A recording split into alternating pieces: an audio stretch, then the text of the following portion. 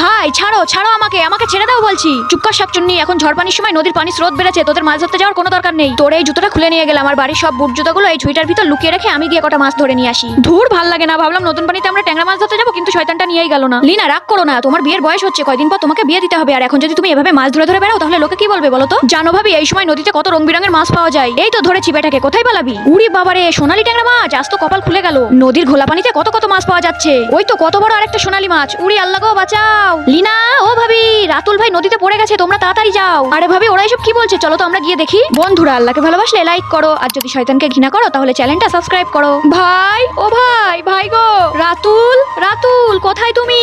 ভাই এক্ষুনি আমি তোমার কাছে আসছি। আরে লিনা, পাগল হলে নাকি? তুমিও কি ওই নদীর স্রোতে ভেসে যেতে চাইছো? তো কি করব এখন? আমাদের কি হবে? ভাইকে ছাড়া আমরা কি নিয়ে বাঁচবো বলো তো ভাবি? আরে লিনা, এত ভেঙে পড়ো না, আল্লাহর উপর ভরসা রাখো। আরে এই পাগলিরা, তোরা কাঁদছিস কেন? ভাই তুমি কোথায় হারিয়ে গিয়েছিলে? রাতুল, তোমার কোথাও লাগেনি তো? আরে না না, এই দেখো আমি তোমাদের জন্য কত বড় বড় মাছ ধরে এনেছি। শয়তান একটা আমাদের পানির ভয় দেখিয়ে নিজে একা একাই চলে এসেছে মাছ ধরতে। তোমার যদি কিছু হয়ে যেত তখন আমরা বাঁচতাম কি নিয়ে বলো তো?